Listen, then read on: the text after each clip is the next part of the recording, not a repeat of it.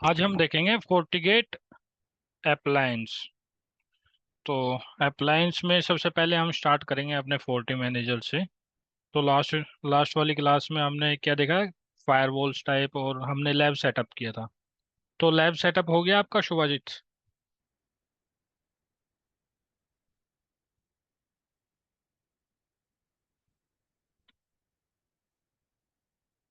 अच्छा, ठीक है, कोई इशू नहीं है। वैसे भी आप फायरवॉल पे तो कर ही रहे हो ना, FortiGate पे का। हम्म। हाँ ठीक है, कोई इशू नहीं है। तो अभी हम देखेंगे FortiGate अप्लायंस के बारे में, फोर्टीनेट के जो भी अप्लायंस आते हैं। तो सबसे पहले आता है फोर्टी मैनेजर। फोर्टी मैनेजर का क्या काम होता है, देखें। Manage all Fortinet products from a centralise console. अब क्या होता है फोर्टी मैनेजर का काम। मान लीजिए आपके पास 20 फायरवॉल है फोर्टी गेट के, अलग अलग लोकेशन है। मान लीजिए ये आपकी जयपुर है, और ये मुंबई है, और ये आपकी हो गई नोएडा हो गई। तो ऐसे आपके पास और भी फायरवॉल्स है अलग अलग लोकेशन पे। और अभी क्या करना होता है, अगर मान लीजिए आपके पास 40 मैनेजर नहीं है तो सबको आप इंडिविजुअली मैनेज करते हैं। अगर किसी पे कॉमन पॉलिसी पुश करनी है तो आप क्या करोगे, तो सब फायरवॉल पर इंडिविजुअली लॉगिन करोगे और उस पर फायरवॉल पॉलिसी क्रिएट करोगे, है ना। तो सबका लॉगिन पासवर्ड सेम रखोगे या सबका डिफरेंट रखोगे, पासवर्ड भी आपको याद रखने पड़ेंगे। अगर आपने कोई ऑथेंटिकेशन सर्वर यूज कर रहे हो तो चलो आपका सेम पासवर्ड में काम चल जाएगा। बट क्या आपको है ना, फायरवॉल आपको इंडिविजुअली लॉगिन करने पड़ेंगे और उनको मैनेज करना पड़ेगा। अगर आप 40 मैनेजर यूज कर रहे हो, ठीक है, तो 40 मैनेजर से आप क्या करोगे, आपका जो एडमिनिस्ट्रेशन एफर्ट है ना वो कम हो जाते हैं। अब क्या होगा, मान लीजिए आपने यहाँ पे लगा दिया 40 मैनेजर अपने डेटा सेंटर में, और सबकी कनेक्टिविटी बनी हुई है आपकी फायरवॉल से। इस 40 मैनेजर की सब लोकेशन से कनेक्टिविटी है।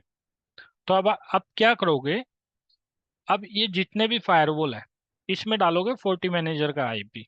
मान लीजिए इसका आईपी है 192.168.1.10 लगा लीजिए।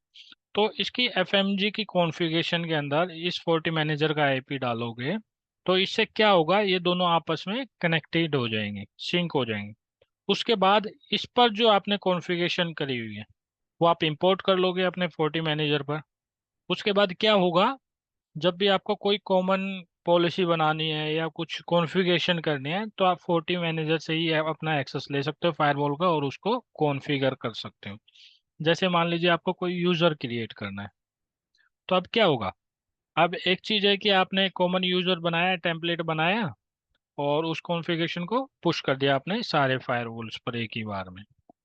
और दूसरा क्या होगा, अगर आपके पास 40 मैनेजर नहीं है तो उसमें इंडिविजुअली जा जाके आपको 10 लोकेशन 20 लोकेशन जितने भी लोकेशंस है तो उन पर अपना यूजर क्रिएट करना पड़ेगा। अगर आपके पास 5 6 लोकेशन है तो उसमें कोई इश्यूज नहीं होता। अगर मान लीजिए आपके पास मोर देन 20 लोकेशन है या 50 लोकेशन है, 100 लोकेशन है, तो उस केसेस में आपको 40 मैनेजर चाहिए। अब ये क्या करता है, collect all the device configuration. जितने भी डिवाइस की कॉन्फ़िगरेशन है वो कलेक्ट करता है, अपने अंदर स्टोर करके रखता है भाई कौन से फायरवॉल पर आपने क्या कॉन्फ़िगर किया हुआ है। कॉन्फ़िगर डिप्लॉय चेंजेस, आप चेंजेस डिप्लॉय कर सकते हैं सेंट्रलाइज लोकेशन से, उसको कॉन्फ़िगर कर सकते हो फायरवॉल को। मेंटेन डिवाइसेस, डिवाइस को मेंटेन कर सकते हो। अगर कुछ ऑब्जेक्ट आपको डिलीट करना है या क्रिएट करना है, पॉलिसी क्रिएट करनी है, वीपीएन बनाना है, वो सब चीज़ें आप यहाँ से कर सकते हो। इसके बाद आता है 40 ईमेल, जिसको हम बोलते हैं 40 मेल। तो 40 मेल का भी एक अप्लायंस होता है 40 मैनेजर के पास, और सॉरी नोट है 40 मैनेजर, 40 गेट के पास। तो अब ये क्या करता है, ईमेल सिक्योरिटी प्रोवाइड करता है। ईमेल सिक्योरिटी में आप क्या क्या कर सकते हो, फिल्टरिंग कर सकते हो आईपी का, ईमेल एड्रेस का ब्लैक लिस्ट कर सकते हो, किसी डोमेन को अलाउ कर सकते हो भाई यहाँ से मुझे ईमेल रिसीव होना चाहिए या नहीं होना चाहिए। कई बार आता है कि अननोन डोमेन से आपको ईमेल्स आ रही है, ठीक है, उसको आप वाइट लिस्ट कर सकते हो, ब्लॉक करना है तो ब्लॉक कर सकते हो। तो स्पैम फिल्टरिंग का भी काम करता है ये। जो हमारा ईमेल सर्वर काम करता है बेसिकली वो सारी कैपेबिलिटी हमारी 40 मेल के अंदर होती है, ठीक है। यूजर बेस क्वारंटाइन कर सकता है, सर्वर मोड और फुल मैसेज सर्वर फंक्शनैलिटी। तो जितने भी ईमेल की सर्विसेज है, अगर आपको यूज करने हैं, फोर्टीगेट का अप्लायंस यूज करना है, तो उसमें आता है हमारे पास फोर्टी मेल। इसके बाद आता है फोर्टी एनालाइजर। अब फोर्टी एनालाइजर क्या होता है, ये भी हमारा नेटवर्क का ही पार्ट होता है, जो नेटवर्क की टीम मैनेज करती है, नेटवर्क सिक्योरिटी भी आप बोल सकते हो। अब ये होता है हमारा फोर्टी मैनेजर की तरह। जैसे फोर्टी मैनेजर क्या था, हमारा मैनेज कर रहा था जितने भी डिवाइसेस है सबको सेंट्रलाइज लोकेशन से। तो इसमें क्या होगा, इसमें भी आपका सेम एनवायरनमेंट होगा। ये आपके फायरवॉल से अलग अलग लोकेशन पे, आपके मान लीजिए 10-20 फायरवॉल है। अब ये क्या हुआ, firewall A B C location D location, ये कोई ई लोकेशन हो गई, ठीक है, ये जस्ट रैंडम नेम हमने ले लिया। और यहाँ पर डेटा सेंटर में भी आपके पास एक फायरवॉल है मान लीजिए, और यहाँ पर आपने डेटा सेंटर में क्या लगा रखा है, फोर्टी एनालाइजर। ये आपका क्लाउड पर भी हो सकता है, डेटा सेंटर में भी हो सकता है, ये दोनों टाइप से आता है, वर्चुअल भी। और तो अभी देखेंगे किस किस टाइप के अप्लायंस आता है, वर्चुअल में, फिजिकल में, वीएम में, तो वो आगे देखेंगे। तो अभी आपने क्या किया, यहाँ पे एक एनालाइजर लगा दिया। अब ये क्या करेगा, ये जितने भी लोग्स हैं, सबसे पहले हमें कॉन्फ़िगरेशन करनी पड़ेगी। लोग से पहले हम क्या करेंगे, जब भी एनालाइजर लगाएंगे अपने एनवायरनमेंट में, इसकी कॉन्फ़िगरेशन करनी पड़ेगी, किस पर, फायरवॉल पर। और वो क्या कॉन्फ़िगरेशन होगी, मान लीजिए आपका एनालाइजर का आईपी है 172.16.1.10। सबसे पहले आपको कनेक्टिविटी करनी है। कनेक्टिविटी कैसे हो सकती है, या तो एमपीएलएस हो सकता है, या आपका आईपीसेक वीपीएन आप क्रिएट कर सकते हैं अपना हब एंड स्पोक में, ठीक है। तो ऐसे आपकी कनेक्टिविटी होगी। तो आपने कनेक्टिविटी यहाँ पे बना दिया। अभी इसके बाद क्या करा होगा आपने, एनालाइजर लगा दिया। अब एनालाइजर को आईपी प्रोवाइड किया, आईपी प्रोवाइड करने के बाद ये जो आईपी आपको डालना पड़ेगा यहाँ पर, फायरवॉल के अंदर डालना पड़ेगा, एनालाइजर की सेटिंग के अंदर। फायरवॉल को बताना पड़ेगा जितने भी हमारे लोग्स हैं वो कहाँ पर जाने चाहिए, कहाँ पर सेंड करोगे आप, एनालाइजर पर भी सेंड करोगे। तो ये क्या करेंगे, आपने जितने भी लोग्स हैं वो सारे एनालाइजर पर सेंड करोगे। अब एनालाइजर से आप क्या कर सकते हो, सेंट्रलाइज लॉगिंग कर सकते हो, देख सकते हो कि क्या क्या लोग्स आ रहे हैं। मतलब कि इंडिविजुअली आपको फायरवॉल्स पर जाके चेक नहीं करना पड़ेगा। अब किसी यूजर ने बोला सी लोकेशन से, यार मेरा तो कोई एप्लीकेशन है जीमेल की और ये ब्लॉक हो रही है और कल तक काम कर रही थी, तो आप क्या करोगे, लॉग्स चेक करोगे। तो आप यहीं से इसके लॉग्स चेक कर सकते हैं।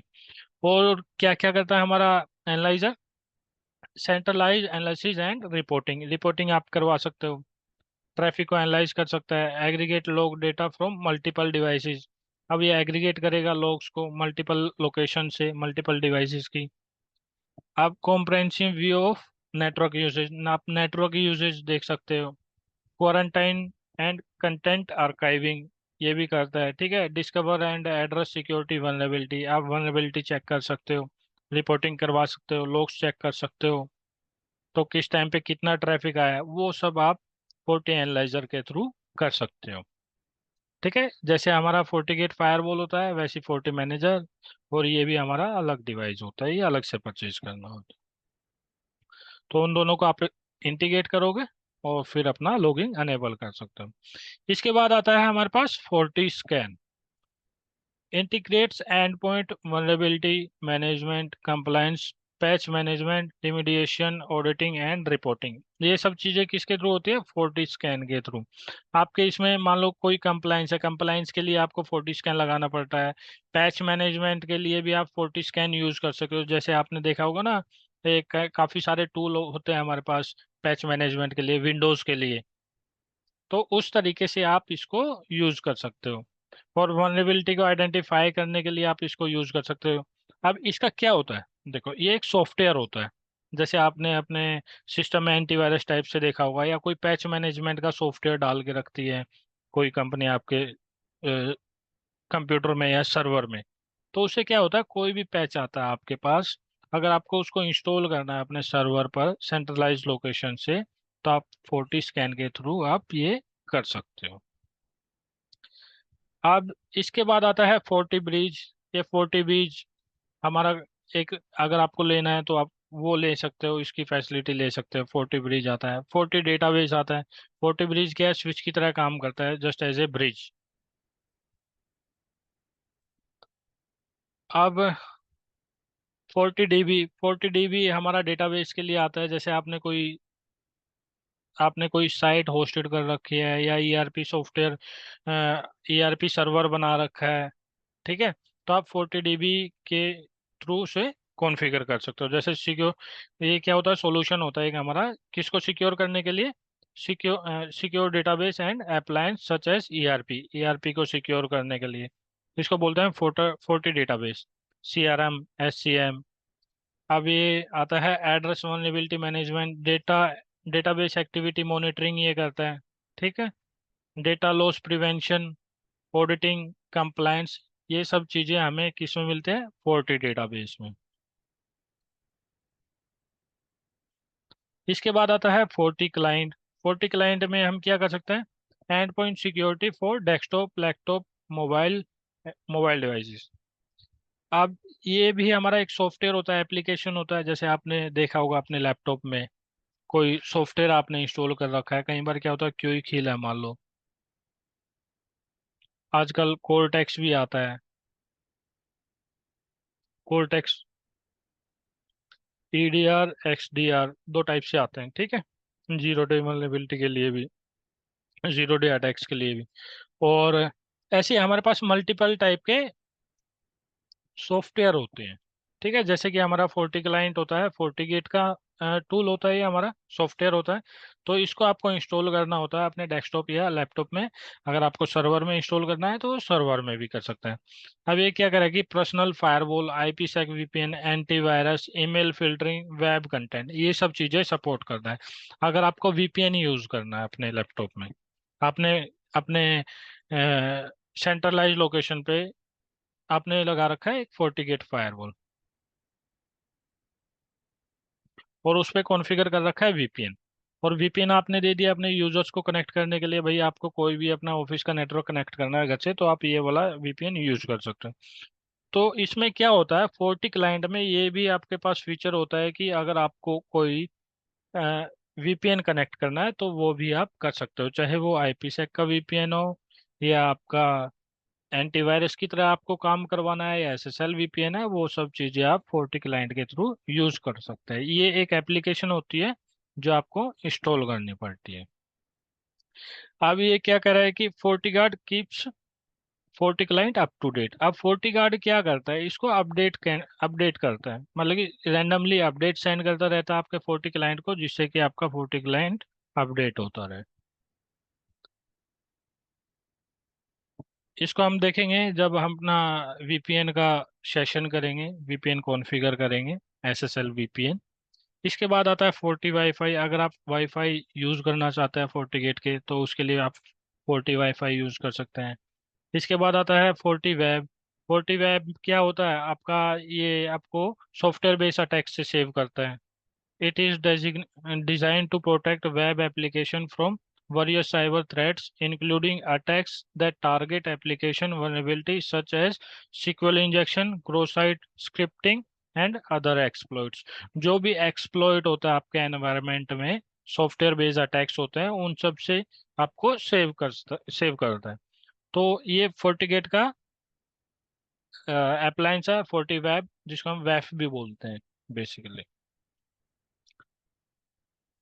इसके बाद आता है 40 स्विच। अगर आपको स्विच यूज करना है L2 L3, तो आप 40 स्विच यूज कर सकते हो अपने एनवायरनमेंट के अंदर। जैसे हमारे पास सिस्को के स्विचेस आते हैं, आपने देखा 2930, 3750 या 9200। तो ये सब अगर आप यूज कर रहे हो सिस्को के, दैट्स गुड। अदरवाइज अगर आपको कोई 40 गेट का अप्लायंस यूज करना है स्विच के लिए भी, तो आप 40 गेट के स्विच भी आप यूज कर सकते हो, ठीक है। Design to meet needs of high speed interconnected applications. Server virtualisation, data centre में आप यूज कर सकते हो, वर्चुअलाइजेशन के लिए यूज कर सकते हो, cloud computing, multi path switching. तो ये सब चीजें मतलब कि एक 40 गेट का स्विच है, इसको आप यूज कर सकते हो, 40 स्विच बोलते हैं इसको। अब वॉइस के लिए भी अप्लायंस आता है 40 गेट के पास, combines the functionality of multi-thread security gateway, VoIP gateway, IPPBX। तो ये वॉइस वाले जितने भी हमारे PBX वगैरह यूज करते हैं, उसकी जगह हम क्या यूज कर सकते हैं, 40 gate voice. 40 AP access point आते हैं हमारे पास। अगर हमें एक्सेस पॉइंट यूज करना है, सिक्योर वायरलेस एक्सेस, जैसे कि रकस के आते हैं, सिस्को के आते हैं, डी लिंक के आते हैं एक्सेस पॉइंट, अरुबा के एक्सेस पॉइंट आते हैं। तो ऐसे ही हमारे पास फोर्टिगेट के एक्सेस पॉइंट होते हैं। अब जैसे देखो, कई कंपनी क्या करती है, आपने फोर्टिगेट का प्रोडक्ट यूज कर रहे हो, फायरवॉल यूज कर रहे हो, उसके नीचे क्या करेंगे, फोर्टिगेट का स्विच यूज करेंगे। अब आपने ही बताया आपके यहाँ जितना भी यूज होता है फोर्टिगेट का यूज होता है, तो ये 40 स्विच हो गया। और इसके नीचे एक्सेस पॉइंट भी आपने 40 एपी लगा दिया, और ये हो गया एक एपी, ये हो गया। तो ऐसी सब चीजें आप फोर्टिगेट की भी यूज कर सकते हो अपने एनवायरनमेंट के अंदर। इसके बाद आता है, नीचे चलते हैं, 40 एपी हो गया। 41, अब 41 क्या होता है, ये चेसिस टाइप का होता है। एक ब्लेड आप यूज कर सकते हो, आपने सिंपली एक ब्लेड लिया और चेसिस में आपने लगा दिया, और ये क्या करता है, Enable HP ProCurve customer to deploy a single blade with integrated firewall।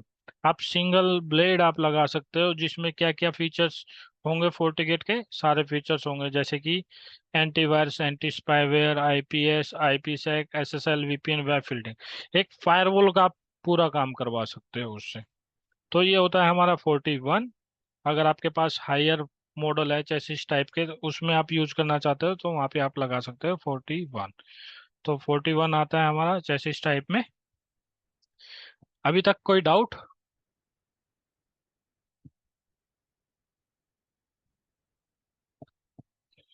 ठीक है। इसके बाद आता है application level service. Application level services में क्या होता है, एंटीवायरस होता है हमारा फोर्टिगेट के अंदर, फायरवॉल के अंदर। आईपीएस हम यूज करते हैं, वो भी हमारा एप्लीकेशन लेवल सर्विस के अंदर आता है। एंटी स्पैम आता है, वेब कंटेंट फिल्टरिंग आता है। ऐसी नेटवर्क लेवल सर्विस में आता है हमारा firewall, IPsec VPN, SSL VPN, traffic shaping. ये होती है हमारी नेटवर्क बेस्ड सर्विस, और ये होती है हमारी एप्लीकेशन लेवल सर्विस। ऐसी मैनेजमेंट रिपोर्टिंग के लिए हम क्या यूज करते हैं, एनालिसिस प्रोडक्ट। ये कौन से होते हैं हमारे मैनेजमेंट रिपोर्टिंग और एनालिसिस प्रोडक्ट्स, जैसे कि authentication, logging, reporting, secure administration, SNMP. ये क्या होता है हमारे मैनेजमेंट के लिए होता है, रिपोर्टिंग के लिए होते हैं। इसके बाद आता है हमारे पास, देखो, जैसे कि फोर्टिगेट के लिए अभी हमने बात करी किस किस टाइप के अप्लायंस आते हैं, कौन कौन से अप्लायंस आते हैं। तो अगर आपको यूज करना है तो आपको कौन सा लेना है, तो वो भी आपको पहले आपको डिफाइन करना पड़ेगा, मतलब कि सोचना पड़ेगा भाई हमें फिजिकल फायरवॉल लेना है या कौन सा लेना है। ठीक है। तो अगर आपको फिजिकल लेना है, छोटा ऑफिस है कोई जिसमें 10-20 यूजर है, तो उसमें आपको डिसाइड करना है कि किस टाइप का आपको प्रोडक्ट लेना है। सोहो लेना है, जहाँ 10-20 यूजर है वहाँ पे आप सोहो ले सकते हो। आपके पास थोड़ा बड़ा एनवायरनमेंट है जहाँ 200-300 यूजर है, तो वहाँ पे कौन सा ले सकते हो, 100D ले सकते हो या 200D ले सकते हो। तो ऐसे ही हमारे प्रोडक्ट्स आते हैं। 40-50 यूजर है तो वहाँ पे क्या ले सकते हो, आप ले सकते हो वहाँ पे 40F हो सकता है, 61F हो सकता है। तो ये मॉडल्स है हमारे फोर्टिगेट के, तो ये सब आप यूज कर सकते हो। लार्ज एनवायरनमेंट के लिए ऐसी हमारे पास 4000 की सीरीज, अलग अलग टाइप की सीरीज आती है। चेसिस ले सकते हो आप, तो वो भी आप यूज कर सकते हो। सोहो का मतलब होता है स्मॉल ऑफिस, होम ऑफिस। मान लो कोई छोटा सा एनवायरनमेंट है 10 से 15 यूजर का, तो वहाँ पे आप सोहो मॉडल लगा सकते हो, जिसका कॉस्ट भी कम होता है। मीडियम साइज एंटरप्राइज के लिए भी फायरवॉल्स आते हैं, डिवाइसेस आते हैं। ऐसे ही लार्ज साइज के लिए भी हमारे पास डिवाइसेस आते हैं। अगर आपको फिजिकल डिवाइस यूज नहीं करना है, तो उसके बाद क्या आता है हमारे पास, वर्चुअल अप्लायंस। तो ये आप यूज कर सकते हो। वर्चुअल में क्या होगा, मान लीजिए आपके पास एक वीएम वेयर है, ये हो गया वीएम वेयर, सॉरी, वीएम, ये हो गया आपका वीएम वेयर। तो इस पे आप क्या करोगे, वर्चुअल मशीन्स क्रिएट करोगे। एक आपने क्रिएट कर दी कि फायरवॉल के लिए, फोर्टी गेट। एक आपने फायरवॉल के लिए यूज कर ली, एक आपने सर्वर के लिए यूज कर ली, विंडोज के लिए। और एक आपने किसी और चीज के लिए यूज कर ली। तो आप एक VMware टाइप का डिवाइस लेते हो, हाइपरवाइजर लेते हो, और उसमें एक अपनी VM इंस्टॉल कर सकते हो, वर्चुअल अप्लायंस हम जिसको बोलते हैं। तो उसको आप इंस्टॉल कर सकते हो और एज ए फोर्टिकेट की तरह काम करवाओगे, मतलब कि एज ए फायरवॉल वो काम करेगा। ठीक है, वर्चुअल अप्लायंस हम इसको बोलते हैं। काफी जगह आपने देखा होगा कि वर्चुअल एनवायरनमेंट भी होते हैं।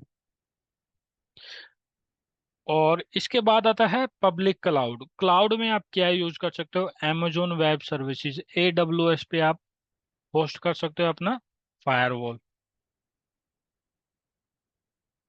माइक्रोसॉफ्ट एज्योर पे आप होस्ट कर सकते हो फायरवॉल। और ऐसी आपका एक और आता है, कौन सा आता है बताएगा कोई?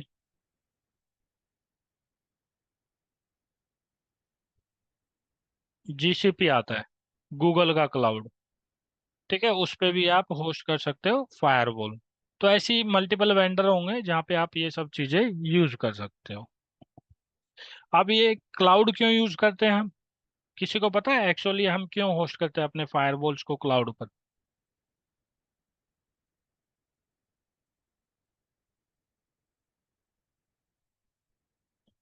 नहीं, अगर मान लीजिए आप अपने ऑफिस में हो, ऑफिस जा रहे हो डेली, तो वहां पे आपने फायरवॉल नहीं लगा सकते, तो कैसे कनेक्टिविटी करोगे अपने क्लाउड से?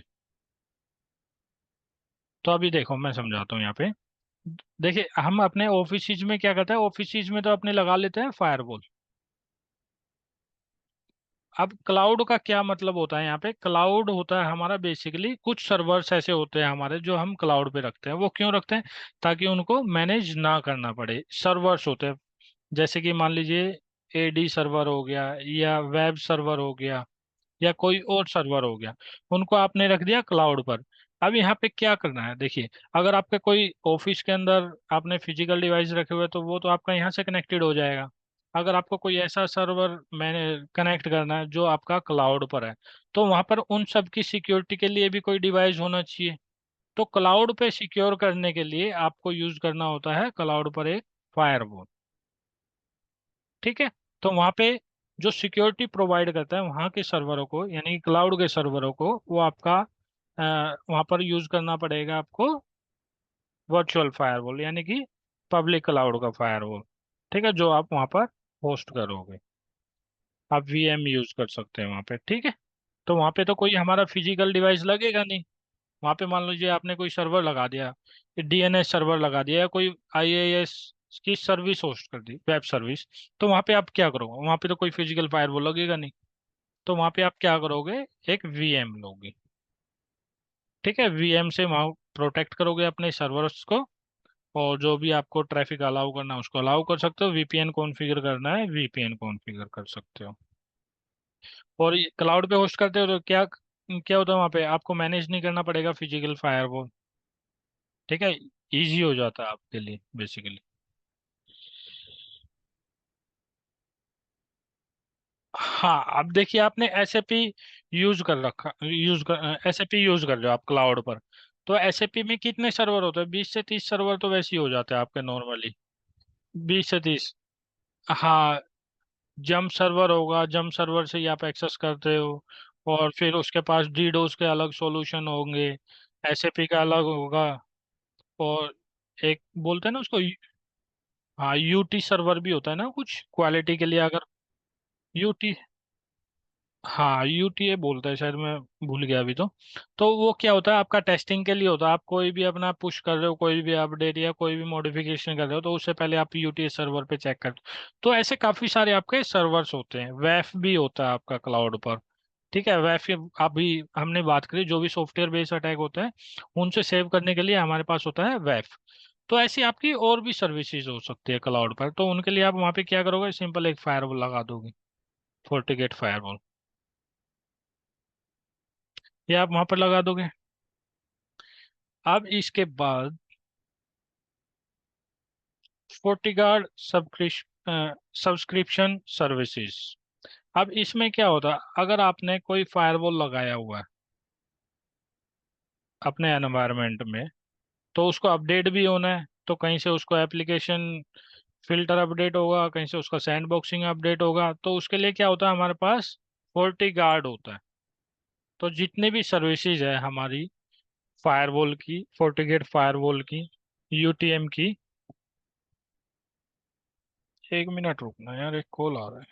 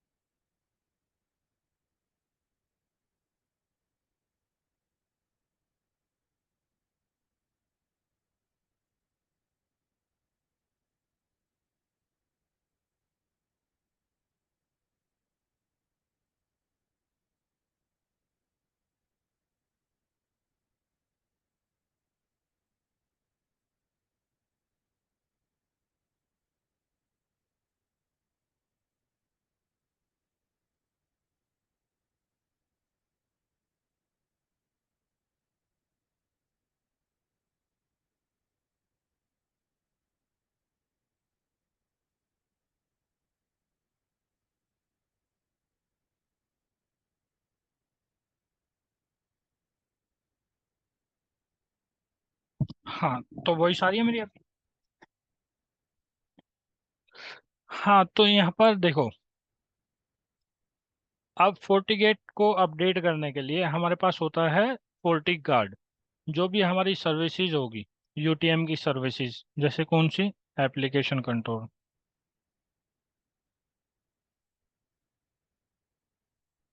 वेब फिल्टरिंग,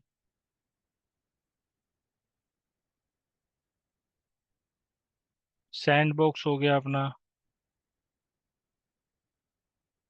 ये जितने एटसेट्रा जो भी सर्विसेज होती है हमारी, ये जितने भी सर्विसेज है, आईपीएस हो गया आपका, वो सब कहाँ से, आईपीएस, एंटीवायरस, तो ऐसी जितनी भी हमारी यूटीएम की सर्विसेज है, तो वो सब कहाँ से अपडेट होती है, हमारी फोर्टिगार्ड से।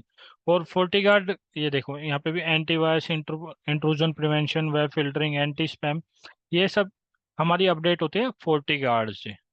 और ये कैसे चलता है, 24/7/365। तो हर 5 मिनट में, एक दिन में, जब भी कोई भी अपडेट आता है आपके फोर्टिगार्ड पर। फोर्टिगार्ड क्या होता है, बेसिकली आपका एक डेटाबेस होता है फोर्टिगेट का। तो वहां से क्या होता है, आपको अपडेट पुश करे जाते हैं सिग्नेचर के बेसिस में। जैसे कि एंटीवायरस है, कोई आपका वायरस आया मार्केट में, वो आइडेंटिफाई हो गया फायरवॉल के थ्रू या फोर्टिगेट के थ्रू, फोर्टिगेट का जो डेटाबेस है वहाँ पे सिग्नेचर अब बनेगा एक उसका। जो भी उसकी क्लाउड टीम होगी फोर्टिगेट की, वो एक सिग्नेचर क्रिएट करेगी। सिग्नेचर क्रिएट करने के बाद अब क्या होगा, सैंड बॉक्स के थ्रू उसको सेंड कर दिया जाएगा, या फिर उसको एंटीवायरस के थ्रू सिग्नेचर की फॉर्म में उसको सेंड किया जाता है, आपके फायरवॉल्स पर पुश किया जाता है। ठीक है। तो इसके लिए आपका फोर्टिगार्ड भी ऑलवेज आपका सिंक होना चाहिए। और इसके डेटा सेंटर कहाँ है, around the world, her location पे वर्ल्ड में डेटा सेंटर है हमारे फोर्टिगार्ड के, ताकि आपको लेटेंसी ना फेस करनी पड़े, या ज़्यादा राउट होके आपका ट्रैफिक ना जाए, और आपका फटाफट से अपडेट हो जाए फायरवॉल। ठीक है। अब ये इंडिया में तो नहीं पता, लेकिन देखना पड़ेगा। लेकिन ऑल ओवर द वर्ल्ड हमारे फोर्टिगेट के डेटा सेंटर।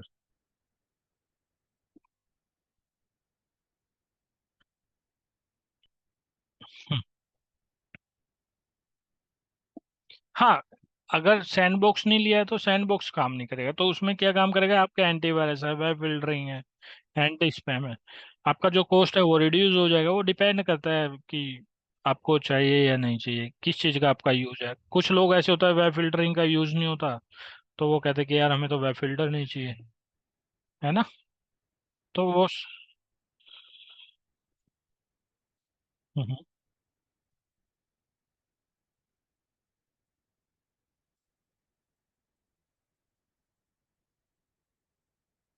हाँ, वो डिपेंड करता है कंपनी टू कंपनी। अगर देखो सैंड बॉक्स नहीं लिया है तो उस केस में क्या होगा, उस केस में आपका जो भी कोई जीरो डे अटैक आया है जो आइडेंटिफाई नहीं हुआ, तो उसको आइडेंटिफाई होने में टाइम लग रहा है। और क्लाउड की टीम ने क्या किया, उसको फाइंड आउट कर लिया भाई ये वाला वायरस है, और आपका जो एनवायरनमेंट है वो अभी उससे इफेक्टेड नहीं हुआ। ठीक है। तो सैंड बॉक्स के थ्रू क्या होगा, वो सिग्नेचर अपडेट, सिग्नेचर क्या होगा, पुश कर दिया जाएगा आपके फायरवॉल पर, अगर आपने सैंड बॉक्स का फीचर ले रखा होगा। अगर नहीं लिया होगा तो उसको क्या होगा, टाइम लगेगा, थोड़ा सा 24 आवर्स लग सकते हैं, या जो भी आपने टाइम, हाँ, या फिर आपने जो भी टाइम सेट कर रखा है, तो उसके हिसाब से आपका एंटीवायरस अपडेट हो जाएगा, तो वही काम करेगा। बस इसमें ये है कि भाई आपको टाइम नहीं लगेगा। कोई भी अपडेट आया है सैंड बॉक्स से, वो आपको पुश कर दिया जाएगा आपके सैंड बॉक्स पे, मतलब 40 गार्ड से वो आपको पुश कर दिया जाएगा क्लाउड टीम से। ठीक है। और सैंड बॉक्स वही है, एक कॉपी आपकी क्लाउड पे सेंड करेगा, एक अपने पास। कोई भी सस्पिशियस ट्रैफिक लगता है आपके फायरवॉल को तो उसको चेक करेगा। ठीक है, सेंड करेगा क्लाउड पर 40 सैंड बॉक्स के।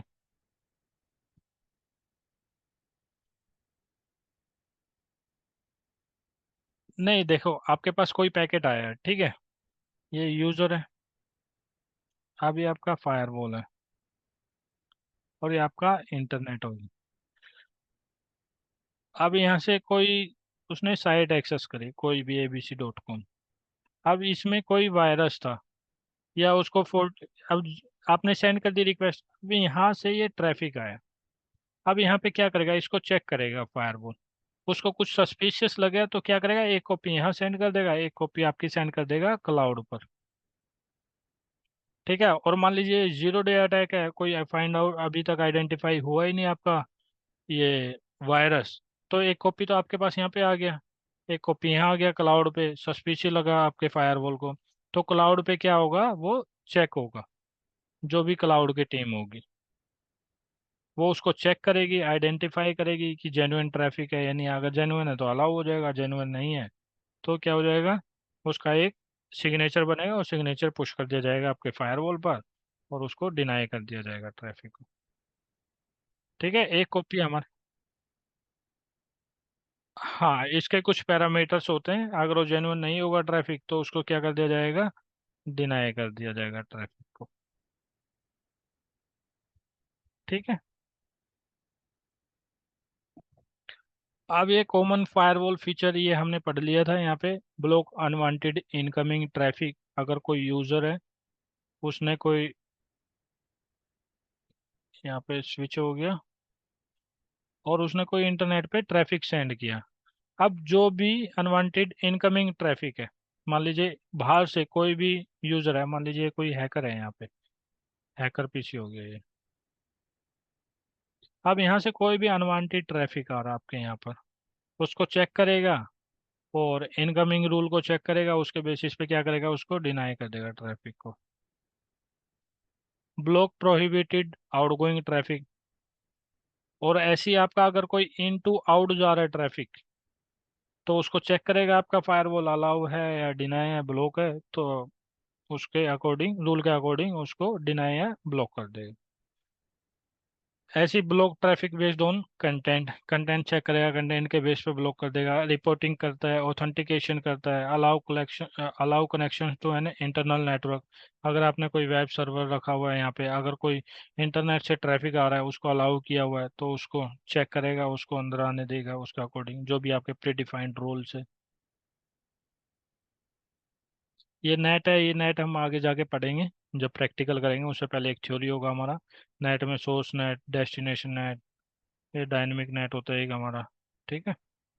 और वीआईपी पढ़ेंगे तो इसमें वीआईपी बोलते हैं हम, जो हमारा डेस्टिनेशन नेट होता है। चेक पॉइंट में हाइड नेट बोलते हैं सोर्स को। तो ऐसे पालो अल्टो में भी हमारा एक यूटर्न नेट होता है। अभी आ गया हमारा FortiGate कैपेबिलिटी। इसकी क्या क्या कैपेबिलिटीज है? फायरवॉल की तरह काम करता है, पॉलिसी को अलाउ और डिनाई कर सकता है, ट्रैफिक को।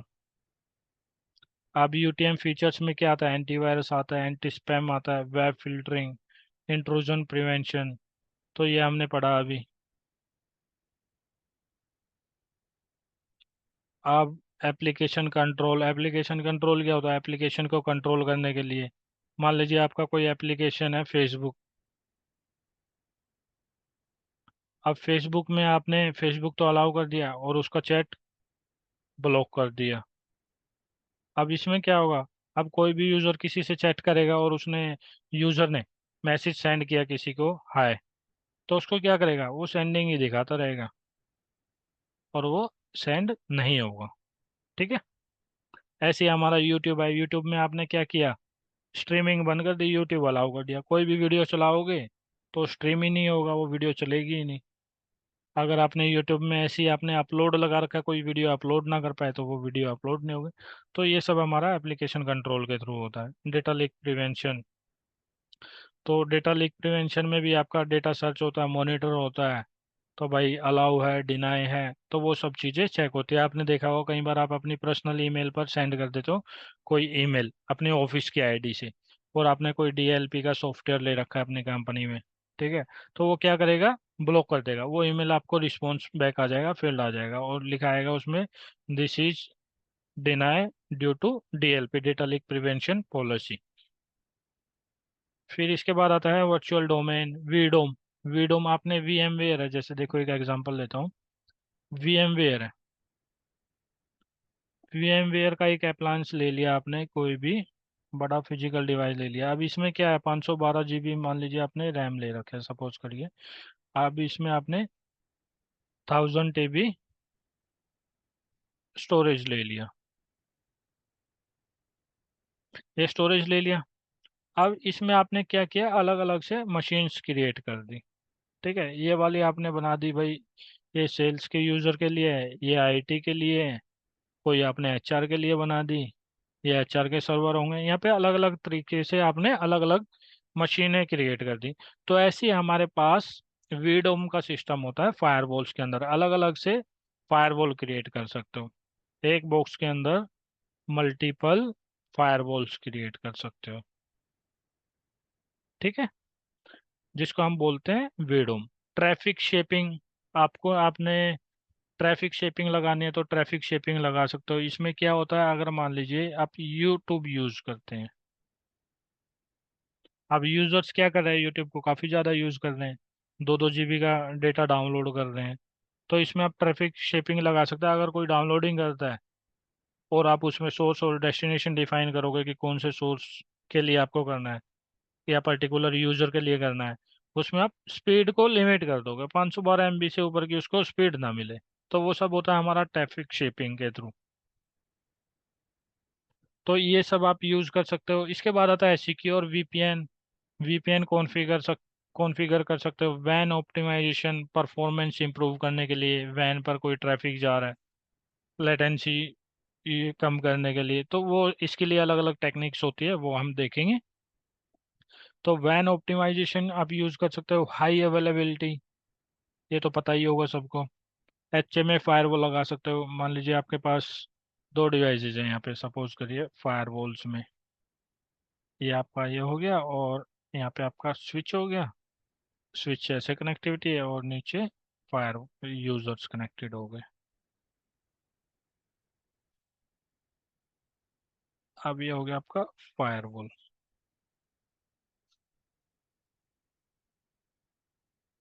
अब यहाँ पे भी एक आपका स्विच हो गया, ऐसे कनेक्टेड है, और यहाँ पे आपका इंटरनेट। तो अब क्या होगा यहाँ पे?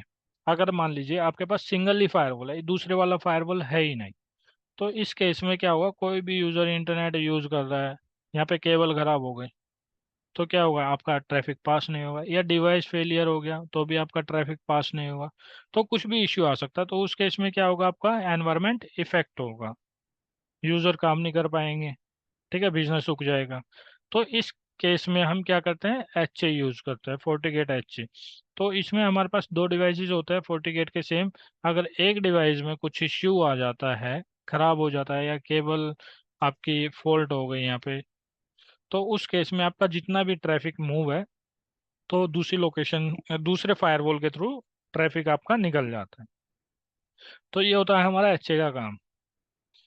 उसके बाद and point compliance, forty client आता है एंड पॉइंट में, एंटीवायरस की तरह काम करता है, सिक्योरिटी इन नेटवर्क। तो आपको ये एंड पॉइंट सिक्योरिटी के लिए आपको इंस्टॉल करना पड़ता है अपने सिस्टम्स में। तो ये आप यूज़ कर सकते हो, जिससे आप वीपीएन भी कनेक्ट कर सकते हो।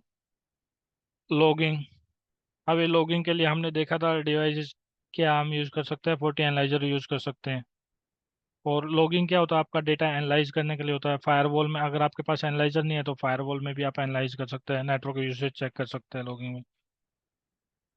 और यूज़र ऑथेंटिकेशन, यूज़र ऑथेंटिकेशन आप कॉन्फ़िगर कर सकते हैं, कौन सा यूज़र अलाउ होना चाहिए, डिनाई होना चाहिए, ये यूज़र क्रिएट करना जो भी। इसके बाद आता है हमारे पास सीपीयू, फोर्टिगेट यूनिट डिस्क्रिप्शन। अब फोर्टिगेट का कोई यूनिट है हमारे पास, तो उसमें क्या क्या होता है, सीपीयू होता है। अब सीपीयू में क्या होता है, हमारे पास एक चिप होती है, 4080 प्रोसेसर, ये प्रोसेसर होते हैं। ये मान लीजिए आपका एक फायरवॉल है। अब कोई भी यूज़र कोई भी सर्विस यूज कर रहा है, तो क्या करेगा, वो पहले आपका जाएगा सीपीयू के पास, मेन सीपीयू के पास जाएगा। सीपीयू किसके पास सेंड करेगा, 4080 चिप के पास। एक 4080 चिप होती है हमारे पास।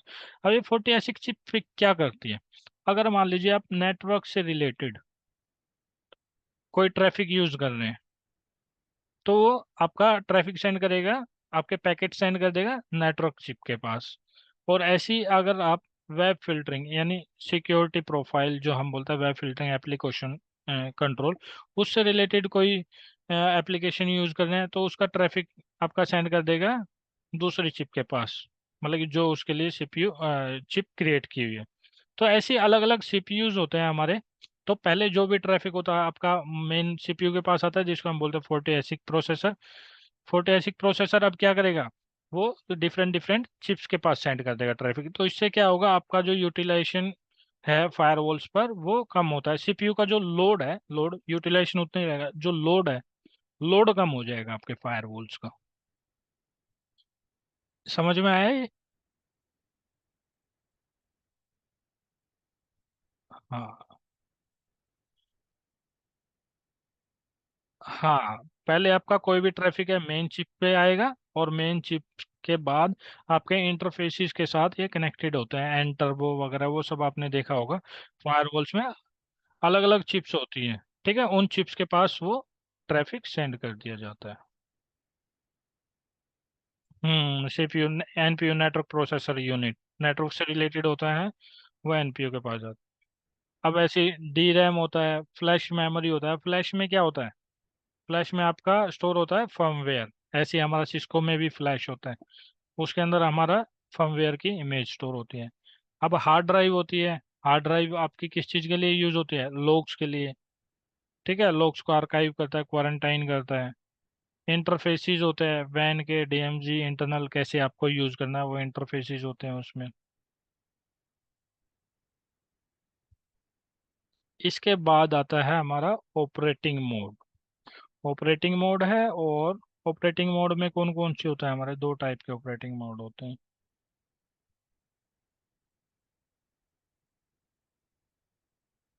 हम्म, अब ऑपरेटिंग मोड में देखिए, हमारे दो टाइप के ऑपरेटिंग मोड होते हैं फायरवॉल को अगर आपको कॉन्फ़िगर करना है। पहला है ट्रांसपेरेंट मोड,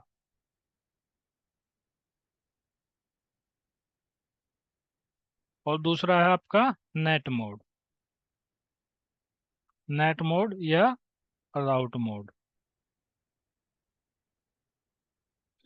अब ये net mode network address translation वाला नहीं है, ये हमारा नेट, ये अलग नेट है, इसको हम बोलते हैं L3। एज ए L3 आप इसको मान सकते हो, ठीक है। राउट मोड आपने यहाँ पे देखो लिख रखा मैंने। तो राउट मोड होता है हमारा, एक होता है ट्रांसपेरेंट मोड। जब भी आप देखोगे तो उसको, उसमें हमारे फायरवॉल में नेट मोड लिखा हुआ मिलेगा।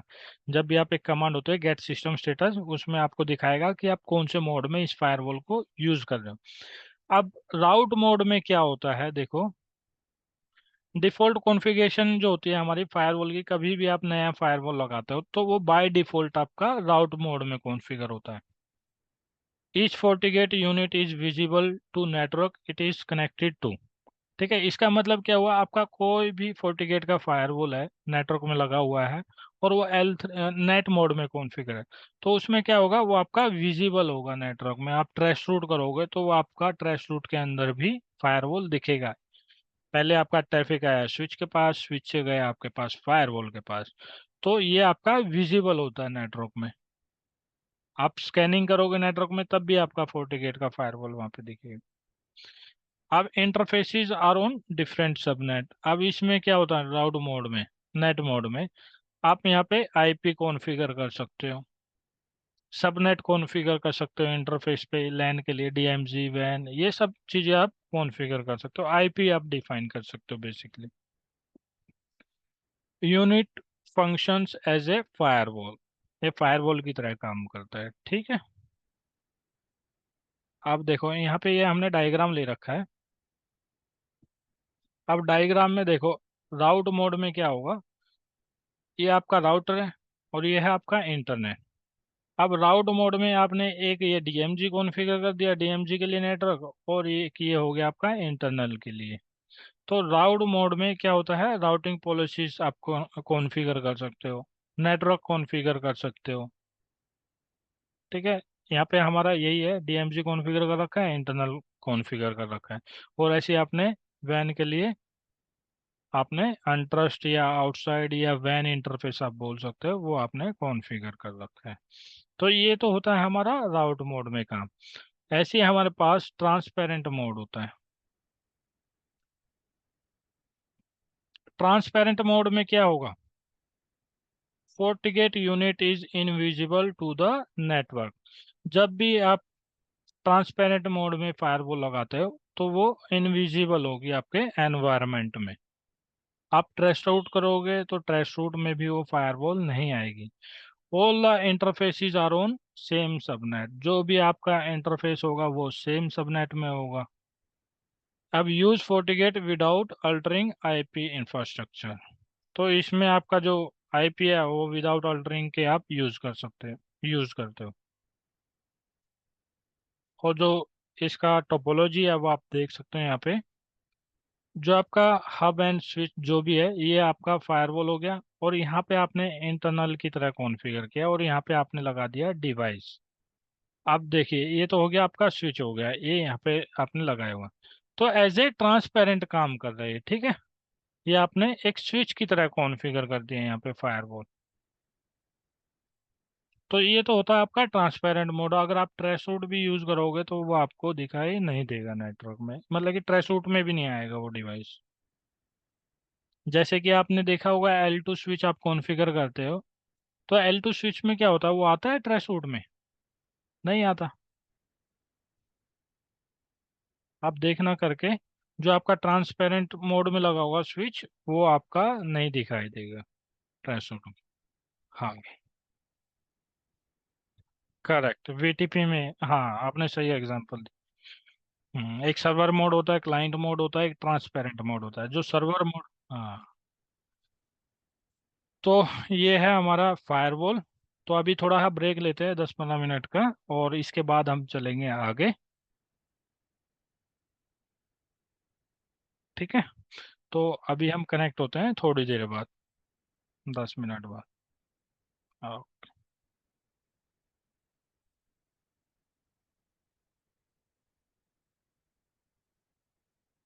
दोबारा शेयर करता हूँ मैं ना आपको मीटिंग लिंक।